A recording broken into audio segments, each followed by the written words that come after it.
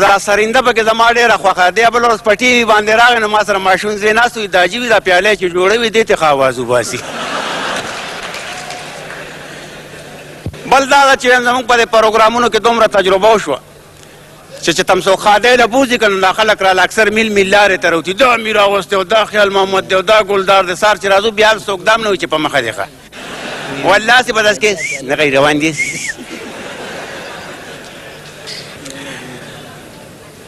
او یو سړي بل سړي ته ویله که زما د خر سبا له سالګره ده وایي ته به خامخا راځې.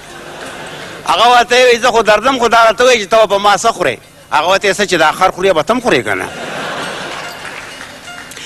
او یو دوه پیمیان هغه یو پیمي دی بل ته وایي یره نه ماما زویه یو تپوس درنه کوم چې د افریقا لرې ده که سپومې. هغه ورته وایي افریقا. وایي هغه څنګه؟ وایي مړه سپومې خو روزانه یي نو. وایي افریقا موږ له اوسه پورې نه.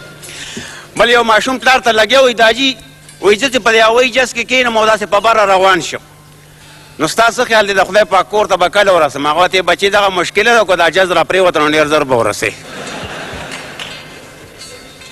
او بل دغسې یو دوه پیمیانو هغه یو پیمي دی بل ته وایي مړه فرض که چې زه تا مړ کړم نو ته به ما له څه سزا راکړې. هغه ورته مړه اول به دې پانسي کړم او بیا به دې بري کړم.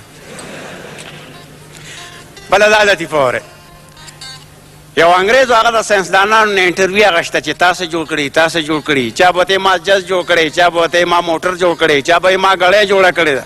اخري قطار کې یو پاکستاني ولاړ هغه ته وایي تاسو څه جوړی؟ هغه ورته یاره مونږ خو چې دا بنیادمان جوړو. وایي نه یاره وایي دا کوم ځای کې؟ وایي چې دا لاهور کې. هغه انګریز ورته مونږ خو هر رنګه تجربې وکړلې لکه هغه ډانچه هم جوړه کړه خو لکه سام پکې نه دا چولې. ده ورته نه مونږ پکې هر څه اچولي. وایي یاره ما له دا پته راکړه زه به درځم چې دا کوم ځای جوړوې. بس هغه والا پته مته ښه صحیح ورکړې ده. یو میاشت پس هغه انګریز راغی دې ماسخوتن مونځ ته دې ورته وایي ځه چې ځو. هغه ځای وګورو. ده ورته دا خو مزدورانو چوټي کړي او سهار به که خیري وختي ورشو. که تاسو خیال کړي دي بعضې ښارونو کې دا پارکونه غوندې جوړي که نه دوی چې دواړه څنګه ورننوتل په پارک باندې اوس یو سړی داسې ناست دی او مالشي ولې ویښتو کې ګوتې وي. دې ورته یې نه دا اوس تیار شوی خو دې ویښتو کې فرق دی لږه.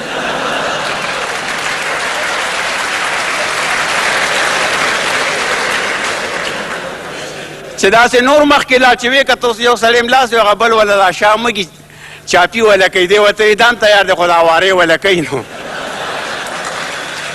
یو کس هغه بل اوس لګیا دی هغه د خپو باندې وله زور کوي. دې ورته دا هم تیار دی خو د نه خپې ډبلې راغلي دي. او بل یو سړي راته وایي زه په خوب کې بر اسمان ته تلو. وایي چې څنګه بر لاړم وایي چې مې وکتل نو په لکونو کروړونو ډیوې بلې دي څه پکې مړې دي څه په مړې کېدو دي. وایي چې مې داسې یو سیټ ته وکتلو یو فرشته ولاړ وایي ما ورته وایي چې داسې حساب کتاب دی. وایي هغې راته وایي چې دا خو د هر چا د ژوند رڼا ده. دا کم خلک چې مړه دی لکه کمې ډیوې چې مړې دي دغه خلک مړه شوي دی. دا کمې چې بلې د دوی لا ژوند شته او دا کمې چې په مړې کېدو دي دا به بېګاله مري. وایي بس ما سره هم غم شو. وایي ما ورته وایي چې زمونږ پکې کوم ځای دی. وایي داسې مخامخ درې پرتې وي راته دا دې خوا یې د زوی ده دا بله یې د ښځې ده دا بله ستا ده. وایي چې زویه مې وکته همده تیلو ډکه وه د ښځې غم. وایي چې خپله مې وکتله نو هغه کې داسې یو چونګ تیلو. بس وایي مری کې مې لاړې وچې شو چې دا خو بېګاله روانې.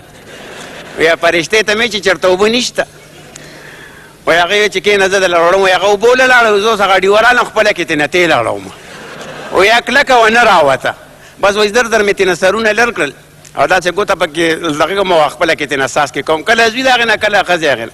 وایي دې کې ناګن هغه فرشته بیا راله. وایي جامې کې خو چې شلق شله مخې را باندې و چې دا څه کې چې وایي راویښ شوم. وایي چې مې وکتل نو ښځه مې سر ته ولاړه. وایي راته چې خدای دې بې خو باسه کله ماله تالو کې ګوتې وې کله ورکوټ وي.